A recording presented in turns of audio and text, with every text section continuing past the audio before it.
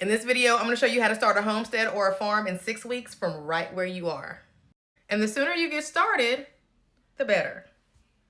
Week 1 is branding and identity. You're going to come up with your brand story, which is basically why you want to start a farm or a homestead. This is so important because that's going to lead into your farm or homestead name, which is also going to be based on your brand story. Quick example, my farm name is Out the Mud Farm. It started off as Music City Fungi, like I was growing mushrooms. But I pivoted to Out the Mud Farm because it was more in line with my brand story. Because I do hard things, I get it out the mud. You get it? Once you know your name, you need to go lock down the domain. I like GoDaddy and I like to get the .com if it's possible. If not, go ahead and get the .net or the .whatever. You can make them both work. And then after that, I want to make sure that the social media handles are available. When you find me, you're going to find me at Out the Mud Farm on TikTok, YouTube, Instagram, even though I'm never there, and Facebook. You're going to go over to Fiverr and spend 25 to 50 bucks to get somebody to do your logo. As you can see, mine was a word graphic. Don't overthink the logo. I've been using the same one since 2018, 2019 with that word graphic, black and white, simple, keep it pushing. Week 2, you're going to set up your back office. You're going to go over to Google Workspace so you can get a professional email based off of your domain. And you're also going to get lots of gigs on your Google Drive, which you're going to need to get organized. You're going to want your Google Drive to look like this.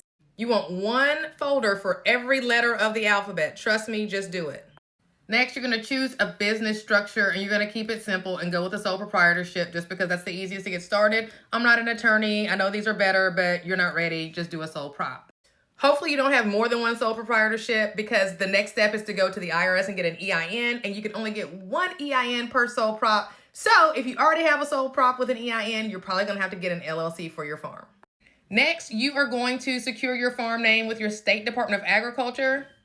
If your state is super into agriculture like mine is, then they're going to have a place at their State Department of Agriculture's website to get your farm certificate. Just plug in your farm name and it'll come in the mail. Last thing in week 2 is determine which business model that you want to go with. Are you going to sell at the farmer's market? No. Are you going to do community supported agriculture? Yes. Are you going to do U-Pick? Yes, if you've got the space for people to come on farm. A CSA is basically a club for your farm, and you can do deliveries and you can just sell them online. But basically, you just want to know who's going to be buying from you so you can know where your money's coming from. Week 3, time to pick your cash crop. If you don't have any land, you're going to be doing things like microgreens, herbs, soap, candles, plant cuttings. You get the point. If you've got some land but less than an acre, then you're looking at chickens, bees, worms, catfish, rabbits, quail. You get the point. Your cash crop, the first one, is going to be based on what you physically have available to you in the way of resources and what you can most realistically produce or raise. Obviously, if you have over an acre, whatever your resources will allow you to grow or raise is what you're going to be able to do. We're getting started in 6 weeks, so we're basing it on what you are really able to do. Don't start going all the way off into la-la land.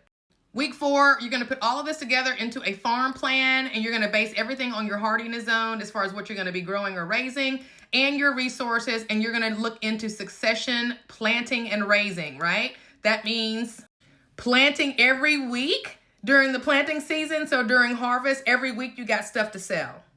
Week 5, you're going to start marketing, even if you don't have anything to sell, okay? All platforms. You're not going to be doing a whole bunch of edits, no graphics, just you. Going to Tractor Supply, looking at Mother Earth magazine at the coffee shop, ordering seeds online. One video is going to go in multiple directions. We're starting in 6 weeks. We're not making this hard, okay? Make sure your phone is on the highest quality setting possible, and you're going to get 2 shots every time you're taking shots of stuff. You're going to get 16:9 for YouTube and Facebook, and you're going to get 9:16. That's going to take care of your YouTube Shorts, Facebook Reels, and Instagram Stories. Yes, people think I'm crazy when I'm going places and I walk into the store twice, but they'll be all right. Then you're going to get a link in bio. You don't need a website right now. I recommend Stand.store because you need 4,160 people in your database. And if you think that's hard, don't even worry about starting a farm or a homestead, baby, because that's a whole lot harder than getting people in your database. Week 6 is all about your financials, figuring out how much you want to make and how much you need to sell in order to make that goal amount.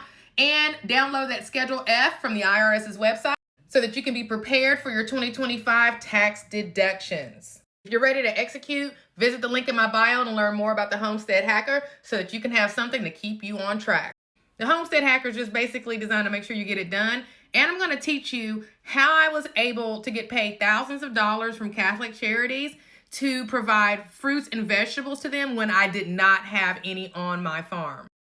I'm also going to teach you how I got my rabbit poop fertilizer on the shelves at the local co-op without having any rabbit. I told you I'd get it out the mud. Peace.